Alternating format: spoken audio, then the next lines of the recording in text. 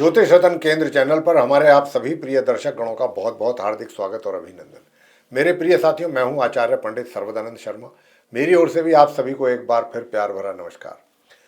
तो साथियों, आज की जो चर्चा का विषय है ये है मासिक राशिफल यानी कि मंथली राशिफल। और ये मंथली राशिफल है फरवरी 2025 का।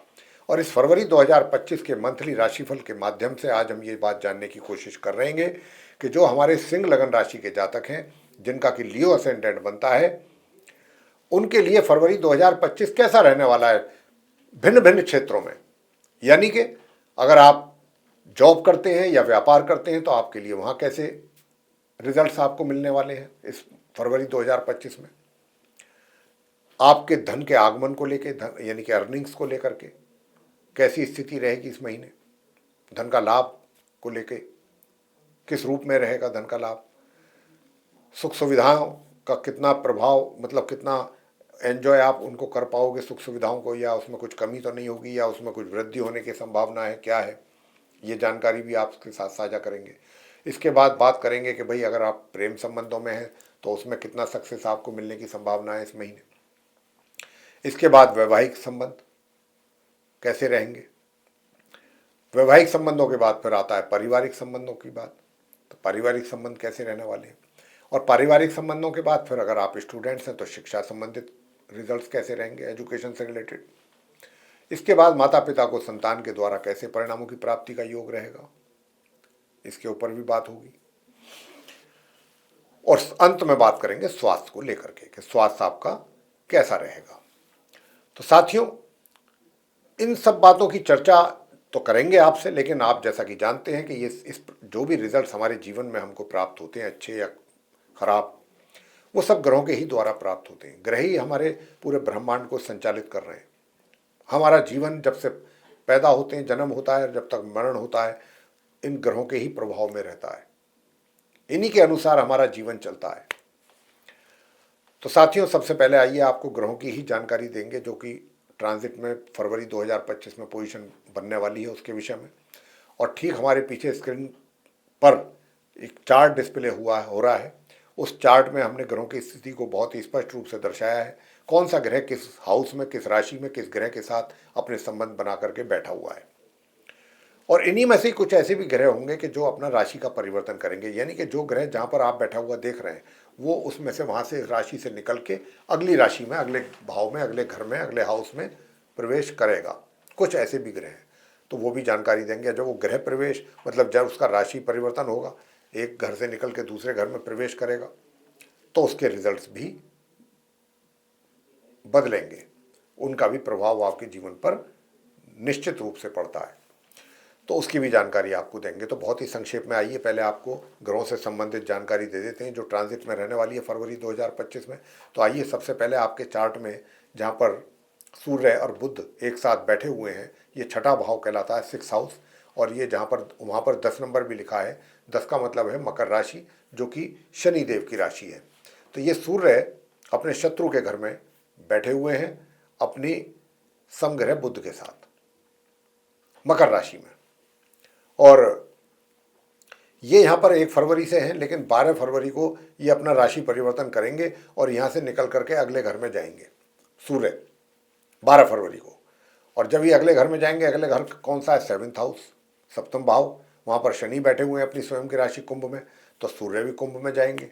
अब कुंभ राशि इनकी शत्रु ग्रह की राशि है, क्योंकि सूर्य शनि की आपस में शत्रुता। अब सूर्य अपने शत्रु के घर में जाएंगे, कुंभ राशि में जाएंगे 12 फरवरी को। तो फिर अपने शत्रु के साथ भी उनके संबंध बनेंगे शत्रुतापूर्ण, और ये संबंध जो है महीने के आखिर तक ही बने रहेंगे। इसके बाद बात करते हैं बुध ग्रह की। तो बुध भी जो है मार्गी और अस्तवस्था में माह के आरंभ से ही सूर्य के साथ बने हुए हैं मकर राशि में। लेकिन 11 फरवरी को, यानी कि सूर्य के राशि परिवर्तन से ठीक एक दिन पहले, बुध भी अपना राशि परिवर्तन करेंगे और मार्गी और अस्तवस्था में यहाँ से निकल करके ये भी अगले घर में जाएंगे, जहाँ पर 11 नंबर लिखा है, जहाँ शनिदेव बैठे हैं 7th हाउस में। और जब ये वहाँ पर जाएंगे 7th हाउस में, तो 25 फरवरी को ये पश्चिम में उदय हो जाएंगे बुध। लेकिन 27 फरवरी को फिर ये अपना राशि परिवर्तन करेंगे और वहाँ से राशि परिवर्तन करके यानी कि सूर्य और शनि का साथ छोड़ के फिर ये जाएंगे अगले घर में जहाँ पर 12 नंबर लिखा हुआ है अष्टम भाव में, जहाँ पर पहले से ही राहु और शुक्र बैठे हुए हैं। वहीं पर ही बुध भी चले जाएंगे। बुध की वो नीच राशि कहलाती है मीन राशि, जहाँ पर राहु और शुक्र पहले से ही बैठे हैं। मीन राशि गुरु बृहस्पति की राशि है। ये सूर्य और बुध की स्थिति रही। अब शनि के ऊपर बात कर लेते हैं। शनि यूँ तो कहने को अपना राशि परिवर्तन नहीं कर रहे हैं इस माह, पूरे महीने इसी सप्तम भाव में कुंभ राशि में अपनी खुद की राशि में स्वयं की राशि में अपने ही घर में मार्गी और उदित अवस्था में बने हुए हैं। लेकिन क्योंकि 12 तारीख को जैसा मैंने कहा कि सूर्य देव भी आ जाएंगे शनि के साथ, तो यहाँ पर शनि जो है वो 23 फरवरी को अस्त हो जाएंगे, कम्बस्ट पोजिशन में आ जाएंगे। और अस्त स्थिति जो होती है जातक के लिए शुभ नहीं होती किसी भी ग्रह की, तो ये अस्त हो जाएंगे 23 फरवरी से, यानी कि माह के उत्तरार्ध में जाके फरवरी के। राशि परिवर्तन शनि का नहीं हो रहा है, तो ये स्थिति शनि की है। अब राहु की बात कर लेते हैं। तो राहु भी जो है वो अपनी सम राशि मीन में अष्टम भाव में 8th हाउस में पूरे महीने इसी प्रकार बने रहेंगे।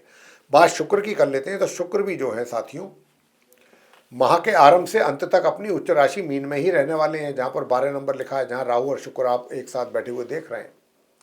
अब क्योंकि ये मार्गी और उदित अवस्था में तो है, अच्छी अवस्था है, और इनकी अपनी उच्च राशि भी यही उच्च राशि में बैठे हैं। लेकिन बैठे किसके साथ हैं? राहु के साथ। कहने को राहु और शुक्र आपस में परम मित्र ग्रह हैं, लेकिन राहु हमें यह भी नहीं भूलना चाहिए कि बहुत ही अशुभ और पापी और क्रूर ग्रह माने जाते हैं। सबसे ज़्यादा अगर कोई 9 ग्रहों में पापी और क्रूर ग्रह माना जाता है वो राहु है, शनि से भी ऊपर। तो यहाँ पर राहु का अशुभ प्रभाव इतने शुभ ग्रह पर, जो कि शुक्र तो शुभ ग्रह माने जाते हैं, उनके ऊपर पड़ना ही पड़ना है। और जब उनके ऊपर प्रभाव पड़ेगा तो उसके रिजल्ट्स भी तकरीबन वैसे ही मिलेंगे। तो साथियों यहाँ पर राहु और शुक्र की युति जो है ये बनी हुई है अष्टम भाव में मीन राशि में, और बनी रहेगी इसी प्रकार। अब बात करेंगे गुरु बृहस्पति की। तो जहाँ पर 2 नंबर लिखा है वृषभ राशि है शुक्र की, और शुक्र जो है बृहस्पति के शत्रु हैं। बृहस्पति उनको अपना शत्रु मानते हैं, और यहाँ पर शुक्र जो है उनका ये घर है दशम भाव। अब बृहस्पति यहाँ पर आकर के विराजमान है शुक्र के घर में। अब क्योंकि बृहस्पति यहाँ पर हैं तो ये मार्गी तो नहीं है, वक्री और उदित अवस्था में है 1 फरवरी से, लेकिन बहुत कम दिन के लिए रहेंगे। 4 फरवरी को ये डायरेक्ट हो जाएंगे, मार्गी हो जाएंगे। अब 4 तारीख से लेकर के और महीने के अंत तक का जो पीरियड है उसमें फिर ये इनकी पोजीशन काफ़ी अच्छी और बेहतर रहेगी अपने दशम भाव में। अब दशम भाव में इनकी स्थिति काफ़ी अच्छी रहने वाली है मार्गी और उदित अवस्था में 4 फरवरी से माह के अंत तक। अब बात करेंगे आगे मंगल ग्रह की। तो देखिए मंगल जो ग्रह हैं ये वक्री स्थिति में और उदित अवस्था में अपनी शत्रु राशि मिथुन में बने हुए हैं, जहाँ 3 नंबर लिखा हुआ है, और ये बुध की राशि मिथुन है, और ये मंगल की शत्रु राशि है। अब मंगल इसी में ही बने रहेंगे पूरे माह। वो अलग बात है 24 फरवरी को मंगल जो है वो टेढ़ी चाल उल्टी चाल चलते चलते सीधी चाल में कन्वर्ट हो जाएंगे।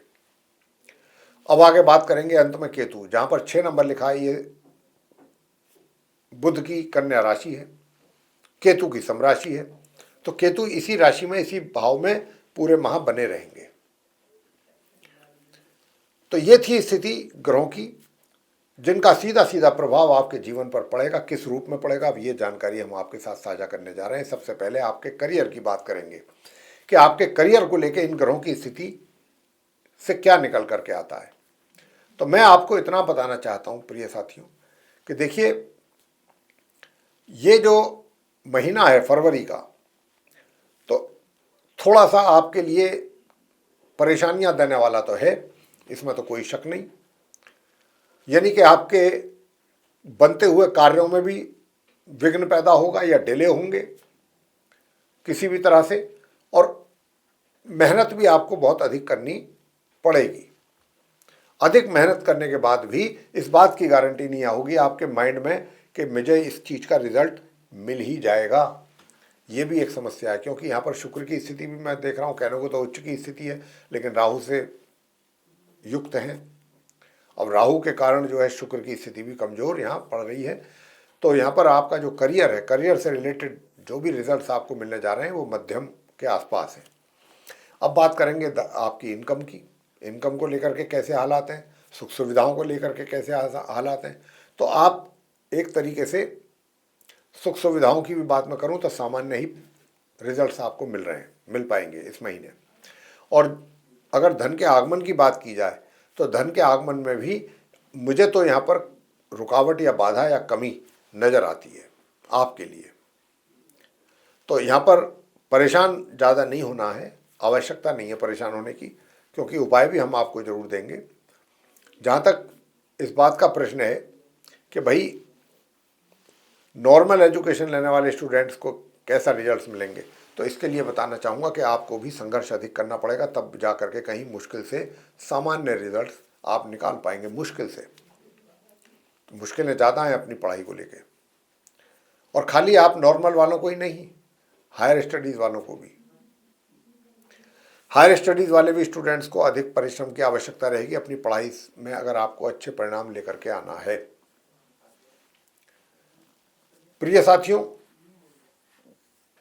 अब मैं बात करूंगा आपसे आपके प्रेम संबंधों को लेकर के कि प्रेम संबंध कैसे रहेंगे, सुख सुविधाओं की स्थिति कैसी है। तो सुख सुविधाओं में भी कमी है, उसका लाभ लेने में कमी है।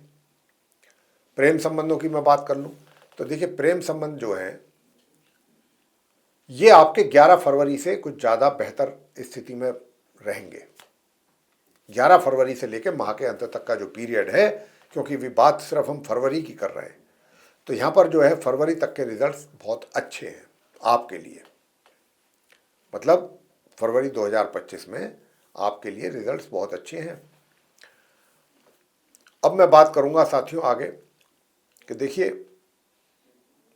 जो हमारे हायर स्टडीज़ करने वाले स्टूडेंट्स हैं उनके लिए कैसा रहेगा, उनको भी मेहनत अधिक करनी पड़ेगी। और अगर आप देखिए, उपाय अगर आप साथ साथ करते रहेंगे जो हम देंगे, तो रिजल्ट्स तो आपके को अच्छे मिलने ही हैं। और अगर आपके द्वारा उपाय नहीं किए जाते हैं तो उनको अच्छे रिजल्ट्स में कन्वर्ट करना मुश्किल भरा कार्य रहेगा। अगर आप उपाय करते रहिए तो अच्छा रहेगा। तो हायर स्टडीज़ करने वाले स्टूडेंट्स को भी मैं कहूँगा कि आपको भी उपाय करने की आवश्यकता रहेगी। अब बात कर लेते हैं संतान की। तो संतान संबंधित भी परेशानियां माता पिता को रहेंगी, उनकी ओर से दिमागी टेंशन भी रहेगी। जहाँ तक धन का आगमन का प्रश्न है, तो धन के आगमन में भी कमी है। और धन का आगमन विशेष रूप से माह के मध्य तक उसमें कमी का एहसास रहेगा। माह के मध्य के उपरांत जो है थोड़ा सा चीज़ों में स्लाइटली इम्प्रूवमेंट देखा जा सकता है धन के आगमन को लेके। अगर मैं बात करूं आपसे कि भाई पराक्रम और एनर्जी लेवल, तो उसमें भी कहीं ना कहीं कुछ कमी महसूस जरूर करेंगे आप। तो साथियों, वैवाहिक जीवन कैसा रहेगा? वैवाहिक जीवन आपका 1 फरवरी से 11 फरवरी तक तो अच्छा रहेगा। 12 फरवरी से माह के अंत तक थोड़ा बहुत गरमाइश भी रहेगी, थोड़ी बहुत। वैसे संबंध अच्छे चलेंगे, लेकिन बीच बीच में कहा सुनी जिसको कह देते हैं, थोड़ा टेम्पर लूज हो जाना। मित्रता अगर आपकी है, आपका कहीं अफेयर चल रहा है, उसको भी आप एंजॉय करने वाले हैं, कुछ हद तक तो कर ही लेंगे। अब बात करेंगे आपसे स्वास्थ्य को लेकर के। तो स्वास्थ्य आपका माह के मध्य तक बहुत अच्छा रहेगा साथियों, लेकिन माह के मध्य के उपरांत माह के अंत तक स्वास्थ्य का आपको बहुत अपना फिक्र करना पड़ेगा, एक तरीके से केयर करना पड़ेगा। अब उपाय आपको बताना चाहेंगे कि उपाय कौन से करने हैं आपको, और वो उपाय जो आपके लिए बनते हैं। उपाय आपके लिए बनता ये है कि अगर आप चाहते हैं कि आपको इनकम भी अच्छी मात्रा में हो सके, तो वो इनकम कैसे हो पाएगी? और वो इनकम ऐसे हो पाएगी कि सबसे पहले तो आप इस मंत्र का करें जाप, ओम क्राम क्रीम क्रौम सह भूमाय नमः। इस मंत्र का जाप करना है आपको। और दूसरा, ओम ब्रह्म बृहस्पतये नमः, इस मंत्र का भी आप जाप कीजिएगा। सूर्य देव को जल जरूर देते रहें। ओम ह्राम ह्रीम ह्रौम से सूर्याय नमः, इस मंत्र के जाप के साथ एक माला प्रतिदिन तांबे के कलश से। और साथियों, राहु और शुक्र के लिए क्या इलाज करना है वो मैं अब आपको बता रहा हूं। तो राहु के लिए जो है दुर्गा चालीसा का पाठ करें आप, दुर्गा चालीसा। और बुध के लिए आप बुधवार के दिन हरी जो मूंग की दाल होती है उसका दान करना है आपने। किसी भी गरीब व्यक्ति को। तो ये आप काम कीजिए तो आपके पारिवारिक रिलेशन भी बेहतर होंगे। और मैं तो आपसे अभी यही कह रहा हूँ कि देखिए, जहाँ तक भी हो सके, अगर आप, मैंने माता की भी पूजा बताई है, दुर्गा चालीसा की भी बताई है, अगर आप दुर्गा सप्तशती भी कर सकते हैं तो जरूर करें। सारी तकलीफ़ें आपकी एक ही बार में दूर होंगी। उसके लिए फिर आपको बस सूर्य देव को जल देना होगा, बाकी और कुछ नहीं करना है। आगे ये तो थे उपाय आपके लिए। अब हम आपसे इतना ही कहेंगे कि अगर आपको ये चर्चा पसंद आई साथियों, सिंह लगन राशि के जातकों को, तो आप इस वीडियो को लाइक जरूर करें। चैनल को भी सब्सक्राइब करना ना भूलें। अधिक से अधिक मात्रा में अगर आप इस वीडियो को दूसरों के साथ शेयर करते हैं तो वे भी इस जानकारी का लाभ ले पाएंगे। और यदि आप चाहते हैं कि आने वाले दिनों में जो भी वीडियोज़ हमारे बनते हैं वो भी सारे वीडियो आप तक पहुंच सकें और आप उनका भी समय अनुसार लाभ ले सकें, तो इसके लिए फिर आप सीधे हमारा बेल आइकन प्रेस जरूर करें चैनल का। तो आप, अब हम सभी से इजाज़त चाहेंगे और अपनी वाणी को यहीं पर विराम देंगे। और अपने सभी आप जो हमारे सिंह राशि के जातक हैं उनसे हम विदाई लेंगे अपने इस कार्यक्रम को समाप्त करते हुए। तो आप सभी हमारे दर्शक गणों का बहुत बहुत हार्दिक स्वागत और अभिनंदन के साथ साथ जय माता दी। धन्यवाद।